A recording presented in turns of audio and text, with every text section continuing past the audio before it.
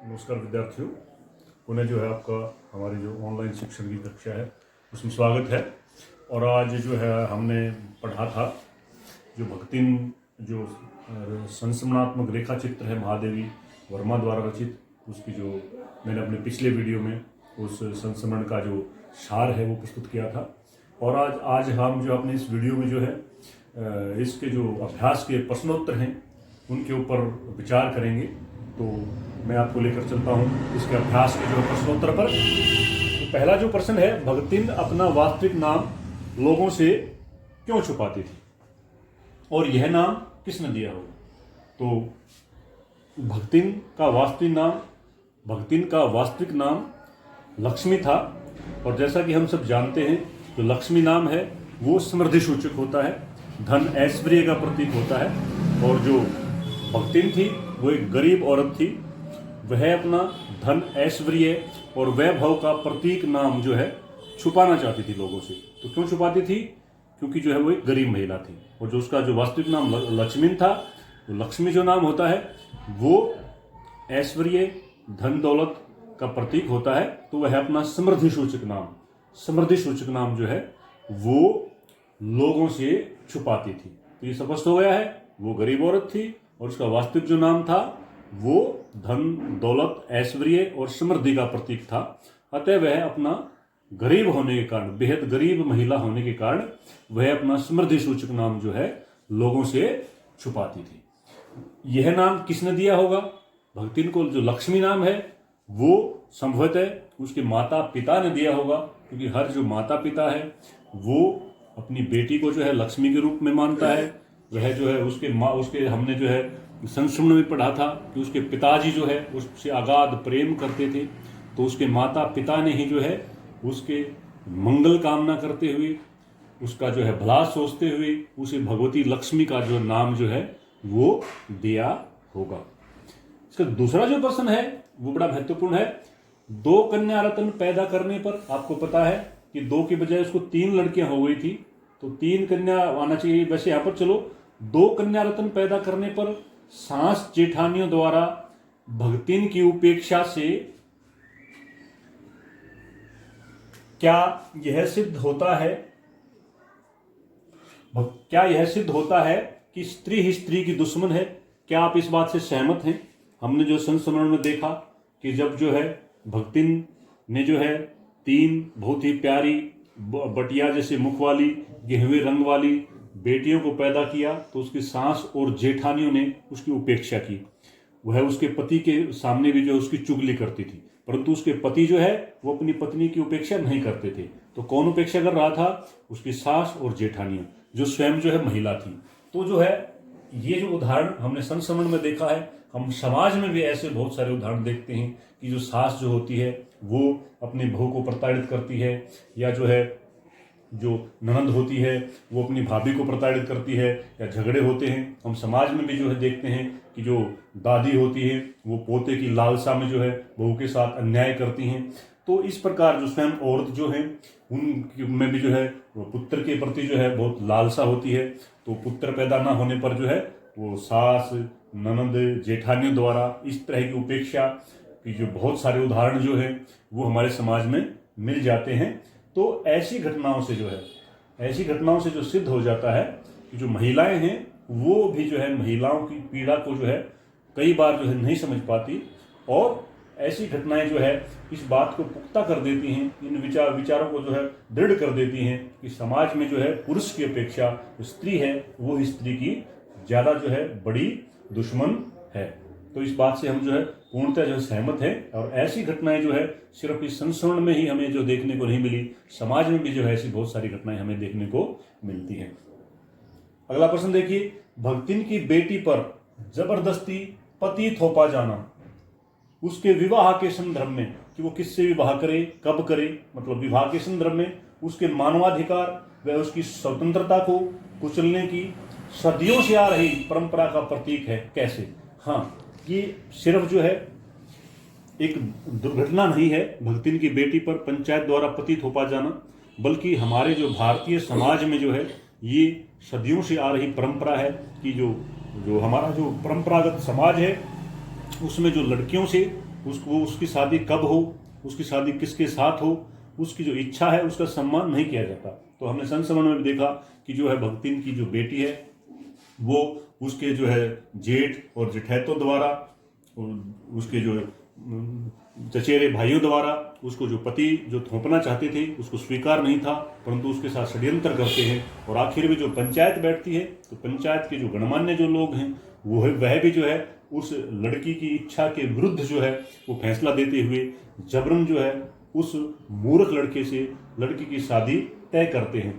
तो यह जो है मात्र एक दुर्घटना भर नहीं है, बल्कि जो है हमारे भारतीय समाज में सदियों से जो एक कुप्रथा, एक कुपरंपरा जो चली आ रही है कि जो है बेटियों से या लड़कियों से जो है उनकी शादी के संबंध में, उनकी शादी कब हो कब ना हो, शादी किसके साथ हो, उनकी इच्छा और मानवाधिकार को कुचला जाता रहा है। तो यह घटना भी जो है इसी सामाजिक परंपरा, इसी सामाजिक जो कुप्रथा का प्रतीक है।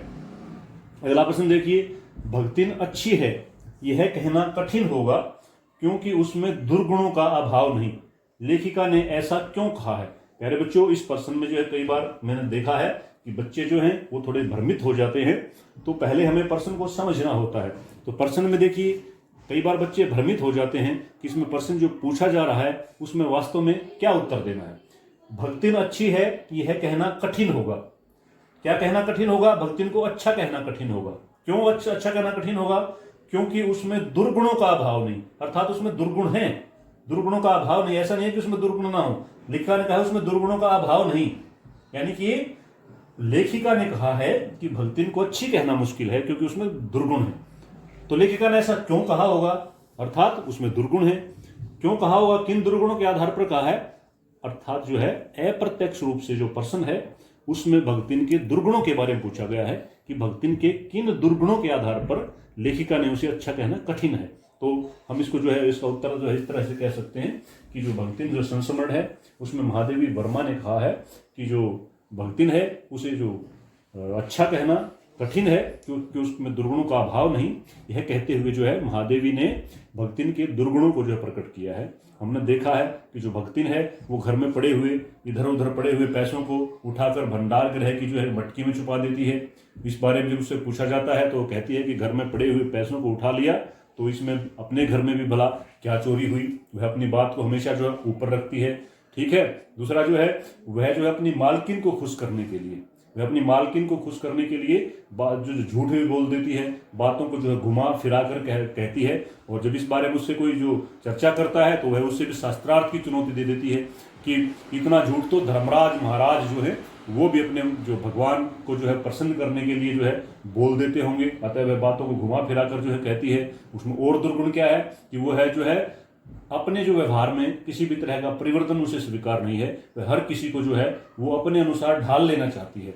परंतु जो है हमने पढ़ा भी है कि जैसे महादेवी ने बताया है कि वह आय के स्थान पर जी लगाना भी नहीं, वह आय कहकर संबोधित करती है। आय के स्थान पर जी लगाना भी जो है अब तक उसने नहीं शुरू किया है। अर्थात जो है शहरी कोई भी जो है और रसगुल्ला तक उसके पोपले मुंह में जाने का जो स्वाद जो है नहीं जा पाया है।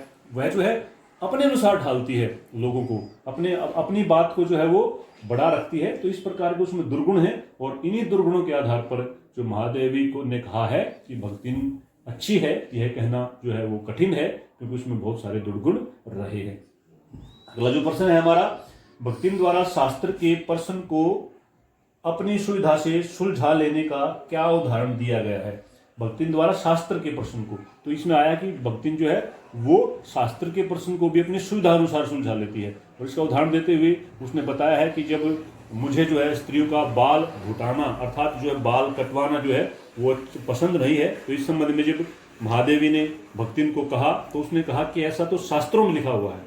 तो ये बाल कटवाने संबंधी जो घटना है उसका उदाहरण जो है इस संस्मरण में दिया गया है। जो भक्तिन है वो कहती है कि ऐसा शास्त्रों में लिखा हुआ है। जब उससे प्रश्न पूछा गया कि शास्त्रों में क्या लिखा हुआ है तो उसका भक्तिन ने उत्तर दिया कि शास्त्रों में लिखा है तीर्थ गए मुंडाएं सिद्ध, अर्थात जो सिद्ध लोग होते हैं, साधु जो पुरुष होते हैं वो तीर्थों पर जाकर मुंडन करवाते हैं, बाल कटवाते हैं। किस शास्त्र में लिखा हुआ है यह जान लेना जो है वो महादेवी के लिए जो है संभव नहीं था। अतः जो है उसका जो बाल जो कटाना जो है वो निरंतर हर बृहस्पतिवार को ऐसे ही जारी रहा। तो शास्त्र के प्रश्न को अपने सुधा अनुसार सुलझाने का जो बाल कटवाने संबंधी जो उदाहरण है वो लेखिका ने इस संस्मरण में दिया है। इसका जो अंतिम प्रश्न है, भक्तिन के आ जाने से महादेवी अधिक देहाती कैसे हो गई? भक्तिन के आ जाने से महादेवी अधिक देहाती कैसे हो गई? तो इसमें हमने जो बताया है कि जो भक्तिन है वो जो उसका जीवन बिल्कुल एक सरलता से भरा हुआ था। वो एक सरल रहन सहन वाली देहाती वृद्धा थी। तो उसने जो है उसका स्वभाव ऐसा था कि जो वह जो है अपने व्यवहार में परिवर्तन करने की बजाय अपने आसपास रहने वाले लोगों को अपने अनुसार ढाल लेती थी।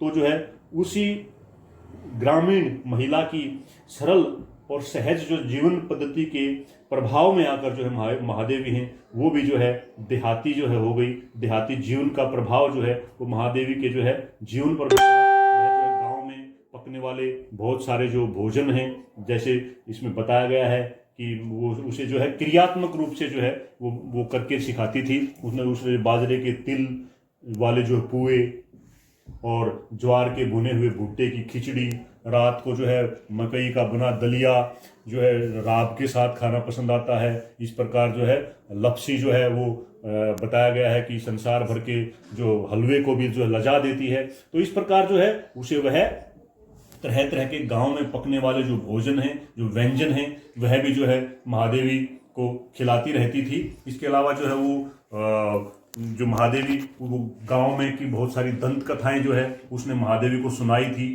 तो महादेवी जो है उसके जो सरल जो जीवन पद्धति थी, जो ग्रामीण जीवन पद्धति थी, उससे प्रभावित होकर महादेवी ने कहा है कि मैं जो है अपनी असुविधाओं को भी छुपाने लगी हूँ और मैं भक्ति से इतनी प्रभावित हो गई हूँ कि उसके आने के बाद जो है मैं अधिक देहाती हो गई हूँ। तो ये हमारे अभ्यास के प्रश्न हैं। इसके अलावा जो है हम देखते हैं कि इसमें जो है कई प्रश्न अन्य भी होते हैं कि इसमें जो है भक्तिन का जो व्यक्तित्व के जो या उसके चरित्र की विशेषताएं हैं वो भी कई बार आती हैं। तो उसमें लिख सकते हैं कि वो बहुत समझदार थी, महिला थी, उसने दुखों को झेला था, ठीक है, वो हार मानने वाली नहीं थी, पूरे जीवन भर उसने संघर्ष किया था, वो जो है एक सत्यनिष्ठ महिला थी और जो है वो अपने मालकिन के प्रति समर्पित थी। तो इस प्रकार जो है इसमें जो प्रश्न है, इस प्रश्नों के उत्तर के लिए जो है आप इस संस्मरण को 2-3 बार जो है आप जो है पढ़िए और मुझे आशा है कि आप जो है इसके अभ्यास के जो प्रश्न हैं उनको अच्छे से जो है वो हल कर पाएंगे।